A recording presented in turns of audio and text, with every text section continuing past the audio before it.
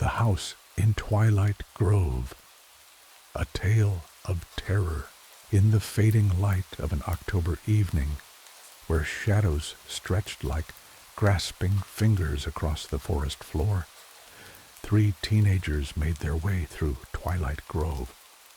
The crunch of dead leaves beneath their feet echoed through the still air. Each step a whispered warning that seemed to say, "Turn back, turn back." Sarah, the oldest at 16, led the way, her flashlight beam dancing between the ancient trees.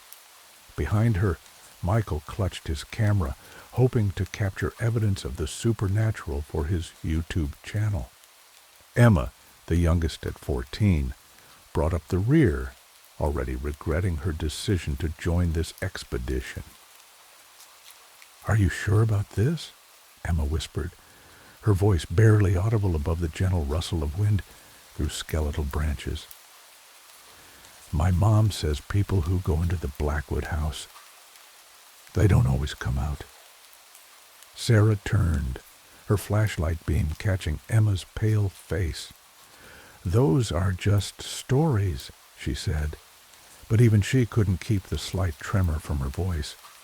"Besides, we're only going to take a quick look. 20 minutes, tops." Michael adjusted his camera's night vision setting. "Think about it, Em. If we can prove the stories are true, we'll be famous. Everyone knows about the disappearances, but nobody's ever gotten proof." The 3 teenagers pushed deeper into the woods, where the trees grew closer together and the undergrowth became thick with thorny vines.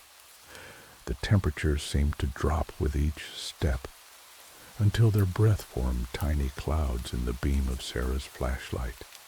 And then they saw it. The Blackwood house loomed. Before them, a decrepit Victorian mansion that seemed to have grown from the very forest itself. Dark ivy crawled up its weather-worn walls, and most of its windows were broken, leaving jagged teeth of glass in rotting frames. The wraparound porch sagged like a broken jaw, and the roof's missing shingles revealed gaps like open wounds against the darkening sky. "There it is," Sarah breathed, her flashlight beam playing across the house's facade. "Built in 1873 by Theodore Blackwood, right before his whole family vanished without a trace." Michael raised his camera, recording the moment. "The architecture is incredible. Look at those gables and that tower." His voice trailed off as a sudden gust of wind swept through the clearing, carrying with it the faint sound of... was that a child's laughter? Emma grabbed Sarah's arm. "Did you hear that? Please tell me you heard that." "It's just the wind," Sarah said firmly, but she found herself stepping closer to her friends. "Just the wind. Old houses make weird noises. It's nothing." They approached the porch steps, each board creaking beneath their weight, like the groan of some ancient beast. The front door hung slightly ajar, its once elegant stained glass now clouded with decades of grime and cobwebs. Michael pushed the door open wider, wincing at the screech of rusted hinges. His camera's night vision painted the entrance hall in an eerie green glow. Dust motes danced in Sarah's flashlight beam, and the air smelled of decay and something else, something older and mustier, like ancient paper and forgotten memories. "The parlor should be through here," Sarah whispered, consulting her phone's historical documentation. "That's where they found Theodore Blackwood's journal, the last trace of the family ever found." As they moved deeper into the house, the temperature continued to drop. Their footprints left clear tracks in the thick dust, and cobwebs brushed against their faces like ghostly fingers. The wallpaper, once elegant, now hung in moldering strips, revealing the bones of the house beneath. The parlor was a time capsule of Victorian elegance gone to rot. A grand piano stood in one corner, its ivory keys yellow with age.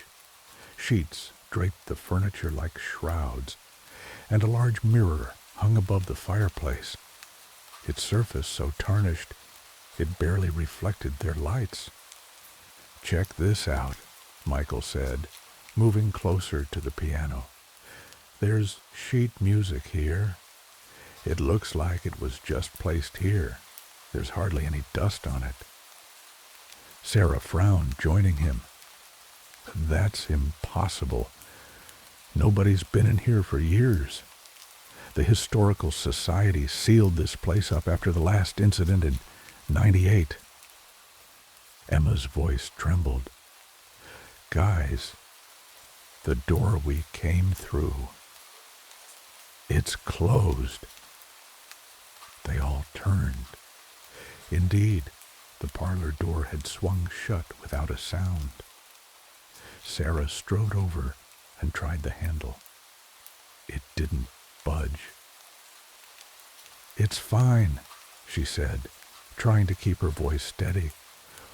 "Old houses settle. The frame probably warped. There are other ways out." Michael's camera suddenly emitted a high-pitched whine, its screen flickering with static. "What the? My battery was full when we came in." A soft note rang out from the piano, making them all jump. A single key had been pressed, though none of them stood near it. "We need to leave," Emma said, backing toward the wall. "Right now."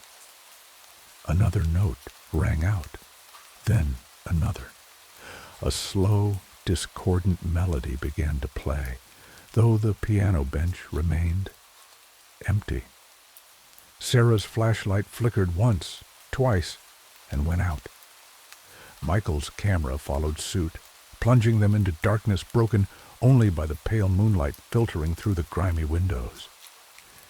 In the darkness, they heard something else, the soft patter of footsteps above them, moving across the ceiling, the sound of children laughing, a woman's voice, humming a lullaby just at the edge of hearing. "The windows," Sarah gasped. "Break the windows." But when Michael reached for the nearest window, his hand passed through it as if it were made of smoke. The glass rippled like water, and for a moment they saw faces in its surface, pale, hollow-eyed faces that watched them with hungry interest. "This isn't real," Emma whimpered. "This can't be real." The temperature plunged further, their breath now forming thick clouds in the air. The moonlight seemed to dim, as if something was slowly drawing a curtain across the sky. And then they saw them, dark figures standing in the corners of the room, barely visible, their edges blurring into the shadows. They didn't move, didn't speak, but their presence filled the room with an overwhelming sense of anticipation. The piano's melody grew louder, faster, more chaotic.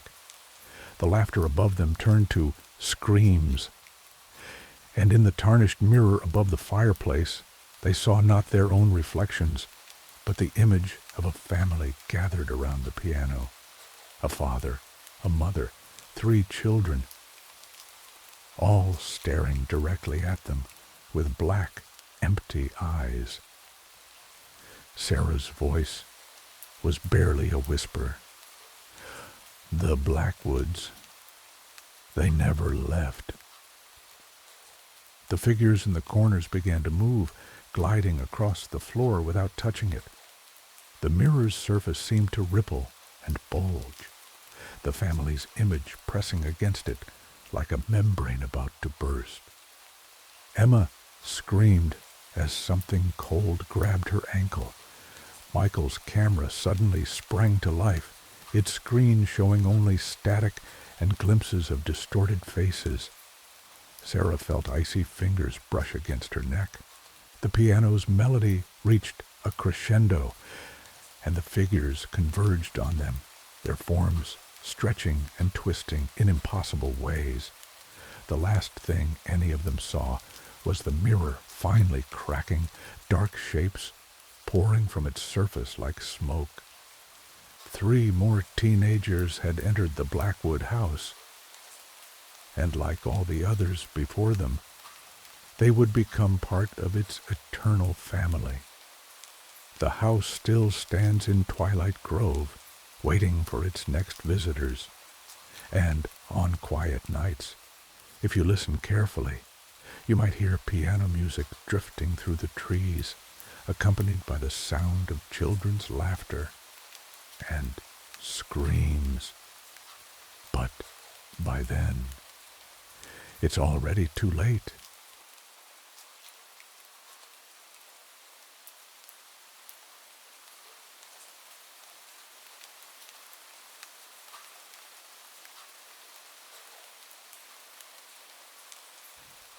The Anniversary Gift.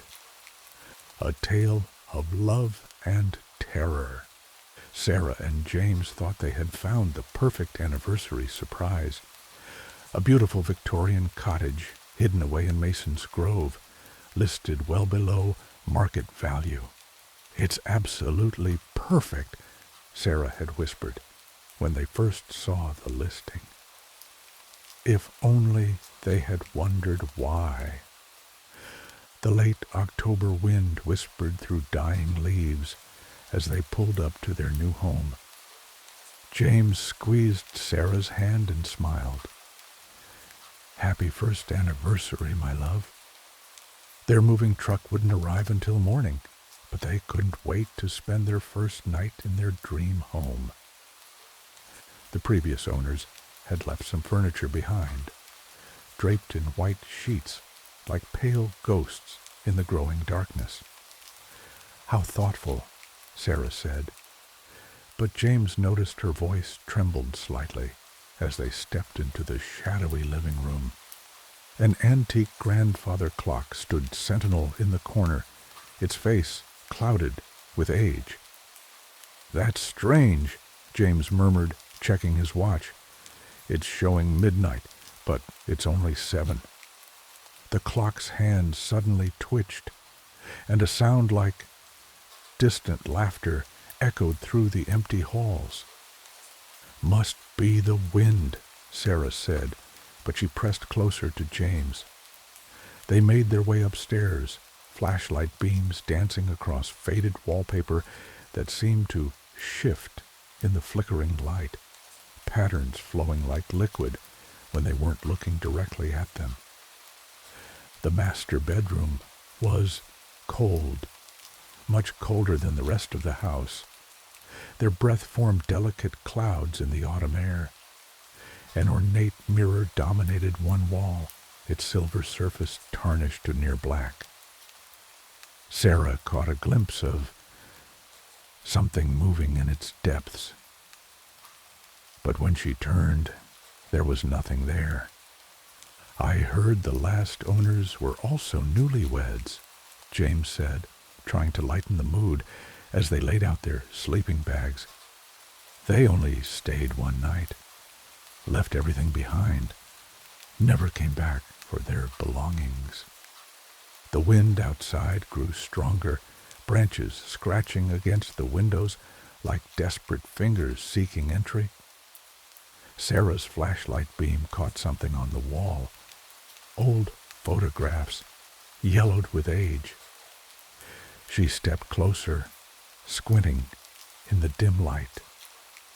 "James," her voice was barely a whisper, "these photos, they're of us." The images were impossible, their wedding day, but in clothing from another century. their faces exact copies but not quite right, staring out from behind ancient glass. And the final photo showed them lying still, so very still in this very room.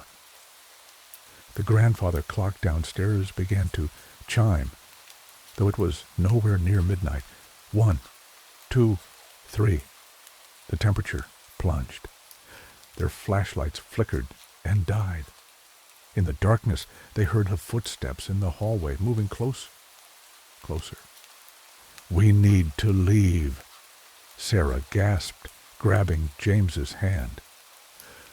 But the bedroom door, it wouldn't open.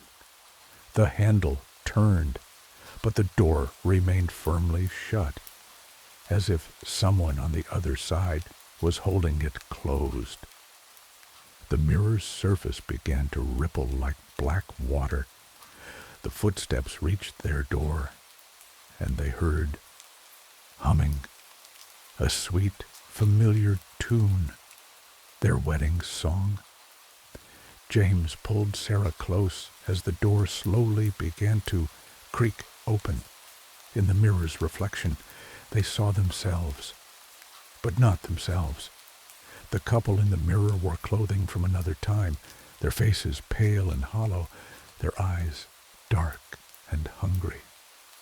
"Welcome home," their reflections whispered in unison. "We've been waiting so long for the next couple." The door swung wide, revealing empty darkness that seemed to pulse with shadowy shapes. The humming grew louder, and the room grew colder, and their reflections reached out through the mirror's surface with gray, withered hands. The house had found its newest residents. Like all the young couples before them, Sarah and James would now be part of its eternal collection. Their love would feed its hunger forever. In Mason's Grove, the beautiful Victorian cottage still stands. Sometimes new couples are drawn to its impossible bargain price, and on quiet nights you might hear wedding music drifting through its halls, along with the whispered voices of all the lovers who came before. But by then, it's already too late.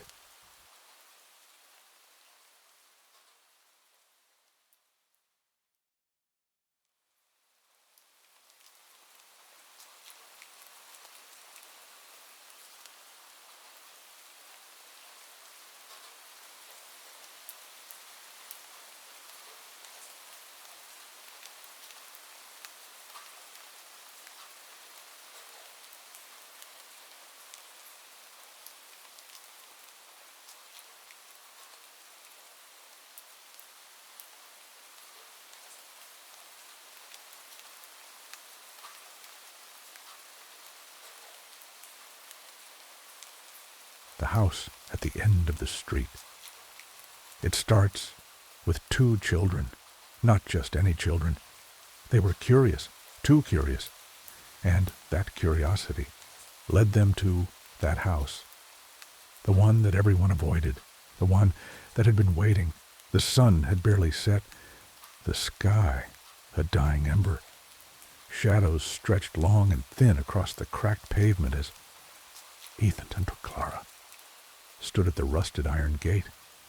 It groaned as Ethan pushed it open, the hinges shrieking in protest. Clara hesitated. "Maybe we shouldn't," she whispered. Ethan turned back, grinning. Scared. She wasn't scared. She was terrified. But she followed him anyway. The house loomed over them, an imposing, lifeless husk. Its windows, black voids. The front door, slightly ajar, like a mouth waiting to swallow them whole. A single step creaked beneath Ethan's foot. Clara flinched. The air inside was thick, heavy, like walking through a veil. A smell, musty, damp, rotting wood, mixed with something else. Something sour. Clara covered her nose. "It stinks in here." but Ethan was already moving deeper into the house. Something moved in the walls. Clara's breath caught in her throat. "Ethan, I think we should go." Ethan laughed. "You're hearing things." Then a whisper, faint, distant, not theirs. "Help me." The walls breathed. A cold shiver ran down Clara's spine. She turned to Ethan, his face pale, eyes wide. He heard it too. "Who's there?" he called, his voice shaking. Silence. Then a door at the end of the hallway that creaked open. Darkness. Waiting. Ethan swallowed hard. "We have to see." "No, we don't," Clara hissed. But he was already walking toward the open door. Inside was a room. But it was wrong. The furniture covered in dust, untouched. The air cold. The walls scratched. Deep grooves, as if something had tried to claw its way out. "Help me." It's closer now, right behind them. A hand, small, pale, broken, shot out from the shadows. It grabbed Ethan's wrist and pulled. Ethan screamed. Clara grabbed his arm, yanking with all her strength. Something in the dark held him fast. Fingers like ice digging into his skin. The whisper turned into a wail. The walls closed in. The house was swallowing them whole, and then something shifted. The walls trembled, the shadows convulsed. A figure stepped out from the darkness, tall, skeletal, its mouth stretched wide in an impossible grin. It reached toward Clara. Her scream never made it out.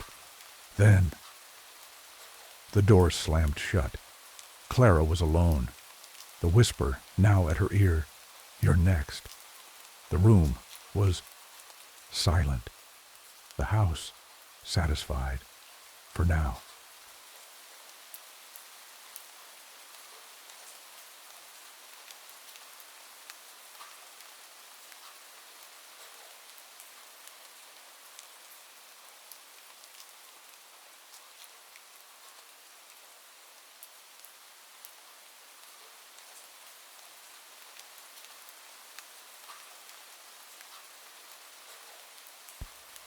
A whisper in the walls. It begins with a house, not just any house, a house that swallows the light, a house that breathes, a house that has been waiting. For me, and now, for you. The walls are not quite right, the angles wrong, subtly curved where they should be straight, bowing inward, as if listening. The floorboards sigh beneath my weight, exhaling long, pained groans, like something beneath them is shifting. I feel it watching me, not from a single place, but from everywhere. The air here is thick, damp, saturated with the scent of something old, wood rot and mildew, tinged with the faintest trace of copper. Blood? No, just my imagination. I shouldn't have come here. The door closed behind me on its own. A mistake, surely. A draft, settling foundations, a trick of the mind. But the lock clicked into place. I trace my fingers along the peeling wallpaper. It flakes away under my touch, curling like dry skin. Beneath it, something scrawled in dark ink. Number, not ink. Fingernail scratches. "Let me out." A sound, software wet, a dragging whisper from upstairs. Footsteps, number, something heavier, something moving, without feet, slithering. I shouldn't have come here. I move toward the staircase. It looms ahead of me, spiraling upward into a darkness that seems almost liquid, swallowing the weak glow of my flashlight. The first step creaks, the second groans, the third screams beneath my weight, and then silence. But I feel it now, a presence. It is waiting. I reach the top. The air is wrong. Up here, thicker, clouded with something unseen. The hallway stretches before me, lined with doors, each one slightly ajar. Something wants me to look inside. The first door opens with a sigh. The room beyond is empty, except number not empty. A figure sits in the far corner, facing the wall. I step closer. The figure shudders. Its shoulders twitch with an unnatural, jerking rhythm. It is breathing. Hello? My voice is barely a whisper, swallowed by the suffocating dark. The figure does not move. I should leave. I should run, but I don't. I reach out. My fingers graze its shoulder. It turns. No face. Only skin. And then it moves. A hand shoots out, grasping for me. Fingers too long. Too many joints. Bones grinding beneath the flesh. I stagger back. I run. The hallway stretches. Impossibly long. Doors slamming shut as I pass. Something chasing me. Something not bound by flesh. Something hungry. The stairs are gone. The hallway never ends. The house has me now. It was never waiting for me.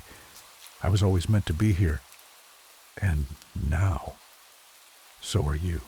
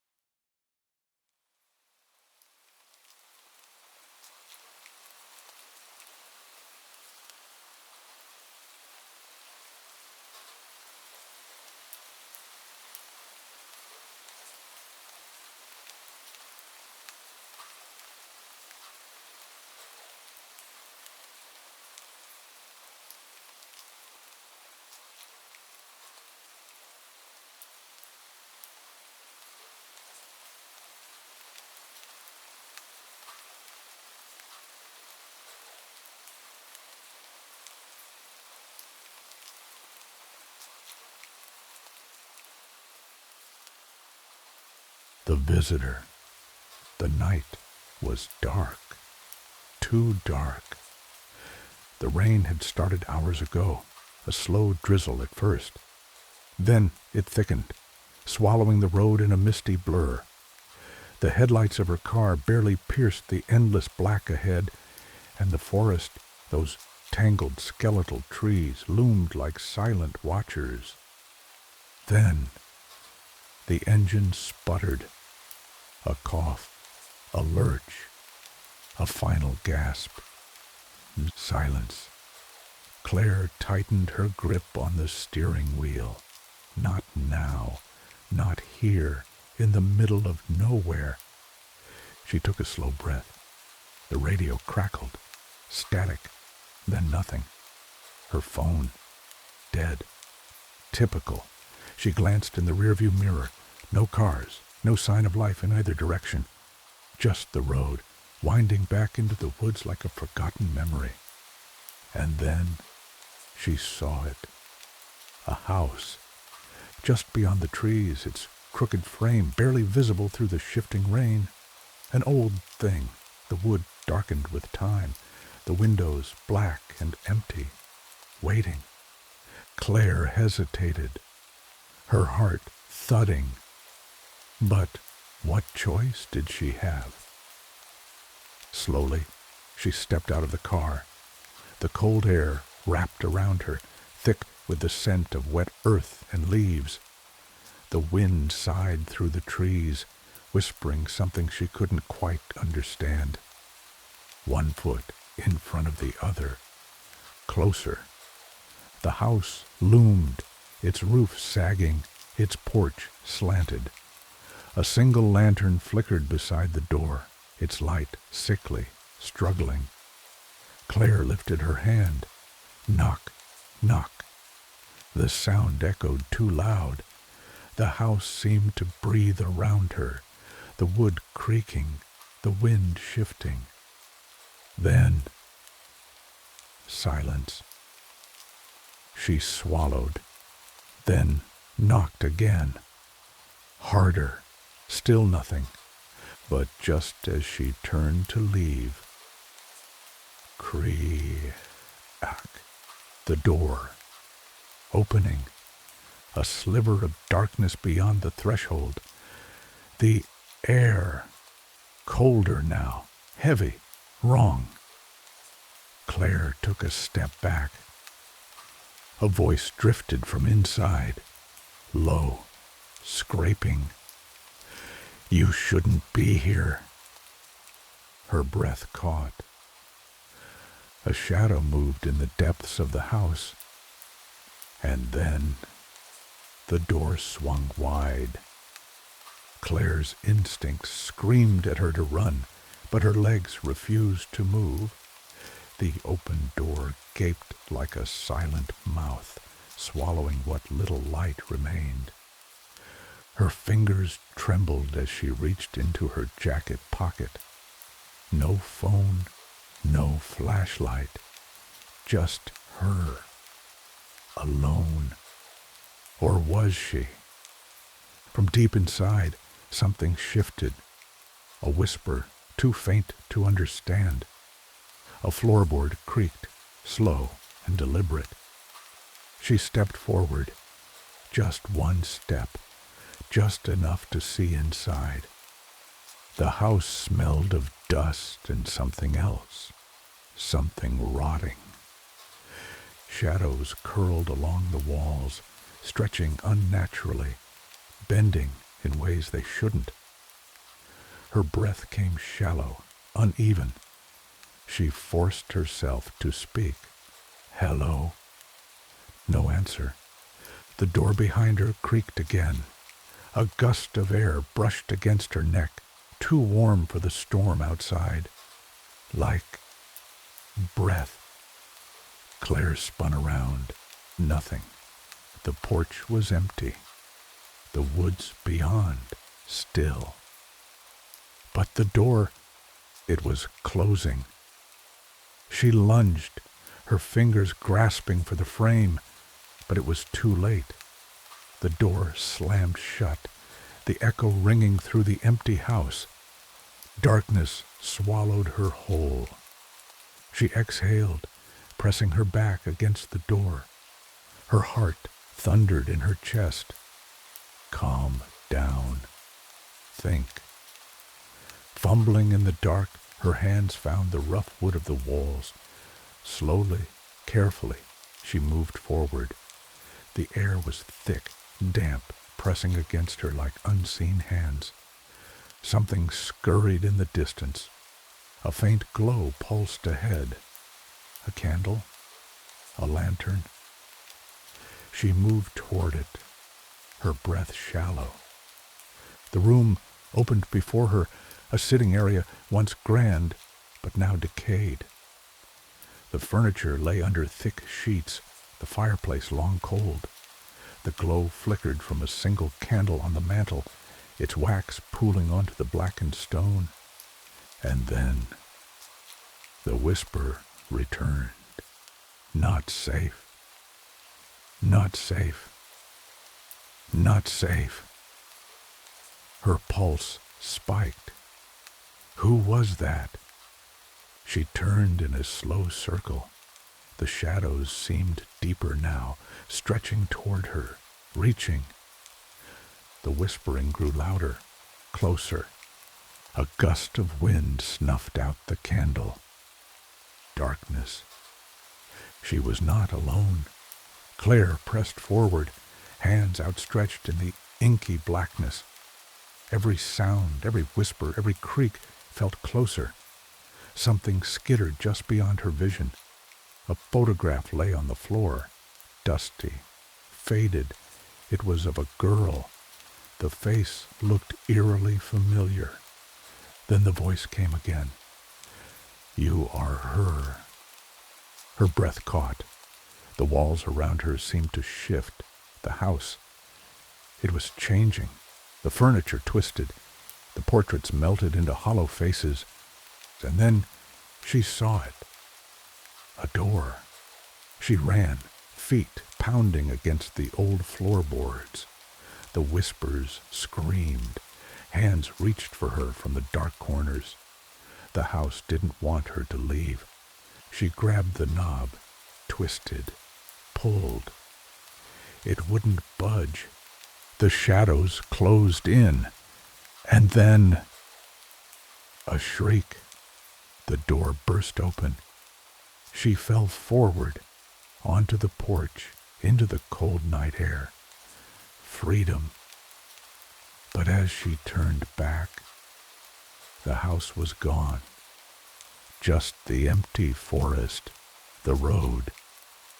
Her car, engine humming as if it had never failed. But in the rearview mirror, a figure stood in the distance, watching, waiting. Claire slammed the gas pedal. The house may have disappeared, but she knew it wasn't finished with her. Not yet.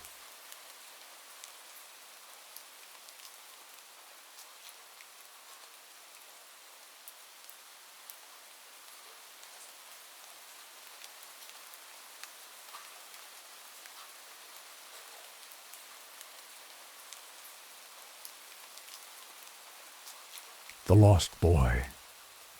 The night was cold, too cold. The wind howled through the empty trees, whispering secrets between the skeletal branches. A blanket of mist curled around the narrow road, swallowing the headlights of passing cars before they could reach the distant horizon. Few dared to drive this way at night, through the old woods where the shadows grew long and the silence stretched unnaturally. But tonight, someone walked. A small figure. A boy. Barefoot. Alone. He wandered aimlessly, his arms wrapped tight around his frail body, his breath fogging in the frigid air. His clothes were thin, tattered at the edges. His face, pale, hollow-cheeked, held no expression. Earlier that evening, the boy had been part of a group. His parents had driven them to the edge of the woods for a picnic, a family outing, meant to be peaceful. His little sister had run ahead, giggling as their parents unloaded the car. The sun had still been high, the golden hues filtering through the leaves, casting shifting patterns across the dirt path. He had wandered away, just for a moment. A butterfly, blue as the sky, had flitted past him, dancing through the air. Without thinking, he followed it, stepping over roots and fallen branches, deeper and deeper into the trees. Then, the world had changed. The sun dimmed too quickly. The trees loomed taller. The sounds of his family faded into absolute silence. And when he turned back toward where he had come from, the path was gone. Panic set in, but he tried to stay calm. His mother always said, if you get lost, stay in one place. Someone will find you. But the longer he stood there, the more the woods seemed to breathe, to close in around him. Then he heard it. A soft, rustling whisper. Not the wind, not the trees, something else. He turned quickly, scanning the gnarled roots and shifting shadows. Nothing. Yet he felt watched. Then the whispers formed words. Keep walking. The voice was small, childlike. Just ahead, through the thick brush, he saw movement. Another boy. Barefoot, alone, just like him. The boy's breath quickened, and he took a hesitant step forward. The other child darted through the trees, barely visible in the gloom. Desperate for another human, he chased after him. That's when he saw the house. The door groaned open at the touch of his small fingers. Inside, dust blanketed the wooden floor, the furniture hidden beneath thick white sheets.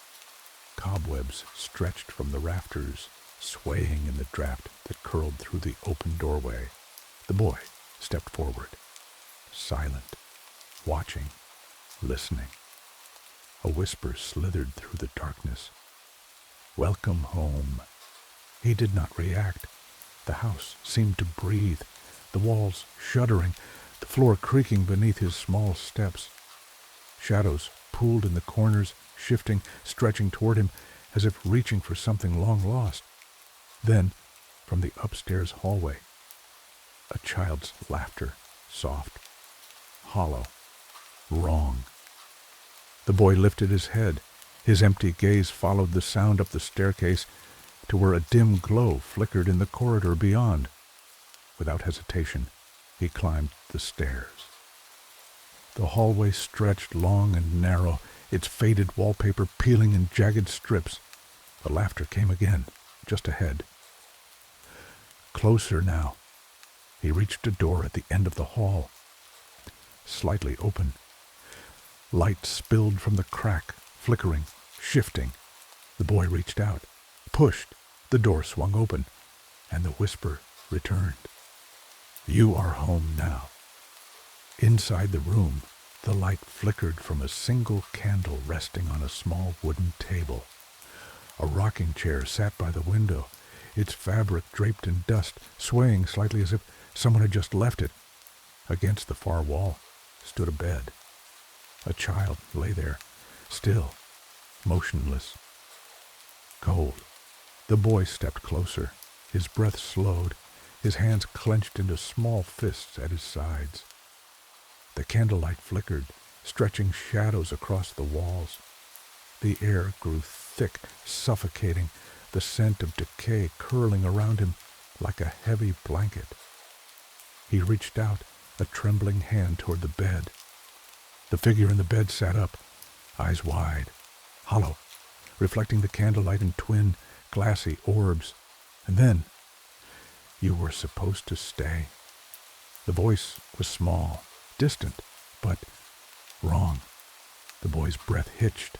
A cold hand gripped his wrist, the fingers impossibly strong. He tried to pull away. Couldn't. The figure in the bed tilted its head. The hollow gaze deepened, swallowing the flickering light until only darkness remained. Then the bed vanished. The floor beneath him warped, stretched, pulled him downward. The room expanded, the walls unraveling like unraveling fabric, stretching into an endless abyss of black. The boy fell, and the whisper came again. "Stay with us." Then silence. The boy awoke in another room. Different, but the same. The bed was back, but the walls were shifting. A desk sat in the corner, covered in old yellowed papers with unfamiliar writing. The candle still flickered, but now it was joined by a second glow, a lantern swinging from a hook in the ceiling, casting shadows that moved on their own. Footsteps behind him. He turned slowly. A door had appeared where none had been before. From beyond it, something watched, a single eye, dark, hollow, unblinking. And then the doorknob turned. The boy stumbled backward. The walls shivered. The floor groaned. A slow creak filled the air as the door swung open. But there was no one there, just the empty hallway, except it was not the same hallway he had walked through before. The boy swallowed hard. The laughter had returned. Closer now. Many voices, many children, waiting. And then a hand slid out from the darkness of the hallway, fingers curling, beckoning him forward. The boy turned to run, but the door behind him had vanished. There was only one way forward, and the whispers urged him on.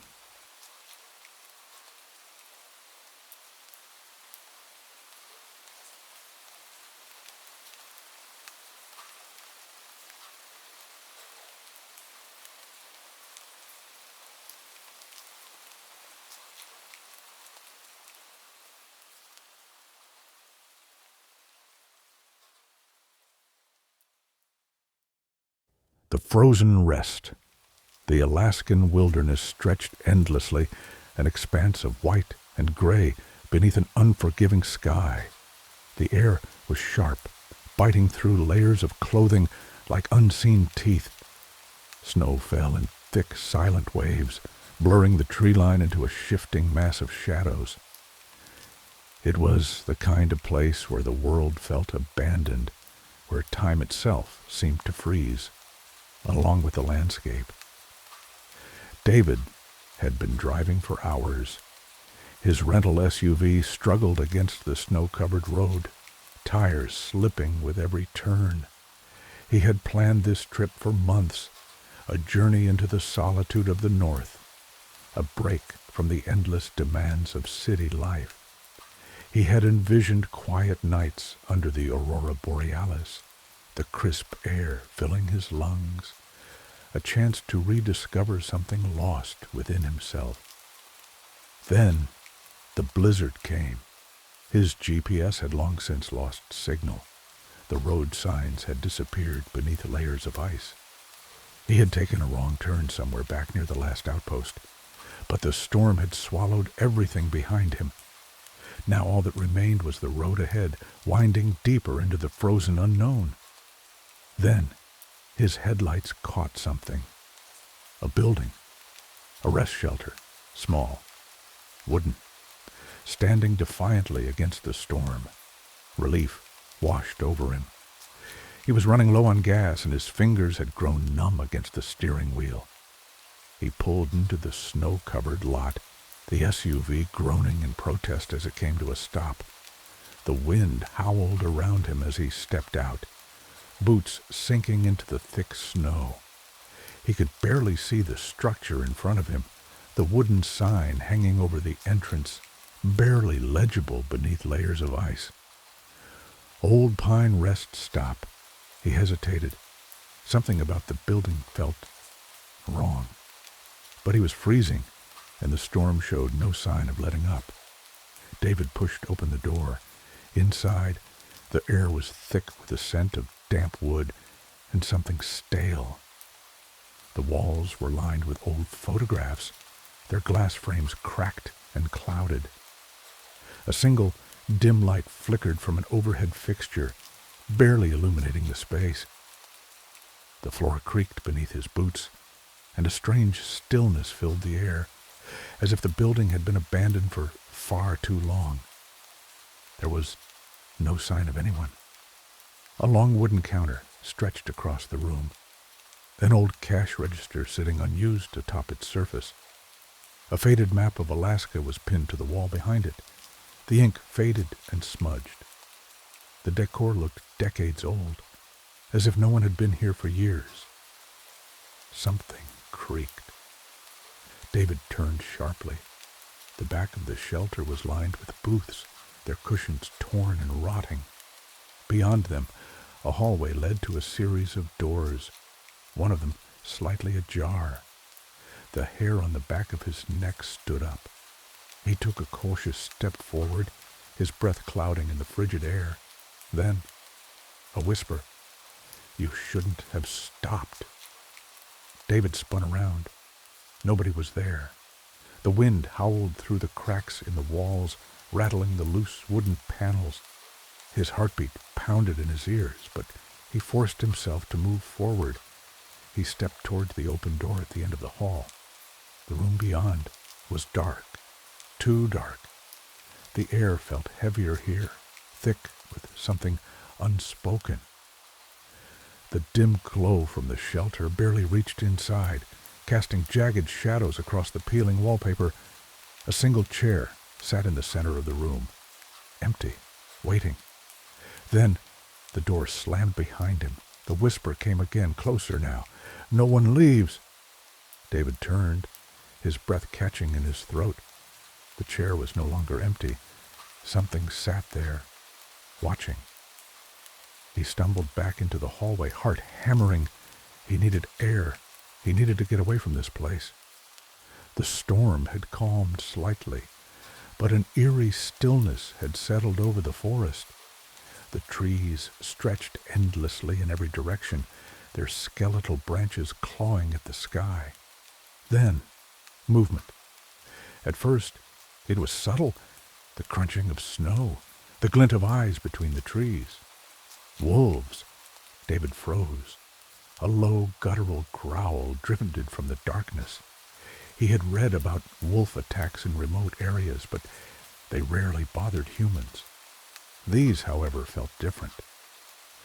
The lead wolf stepped forward, larger than David had expected, its fur dark against the white snow.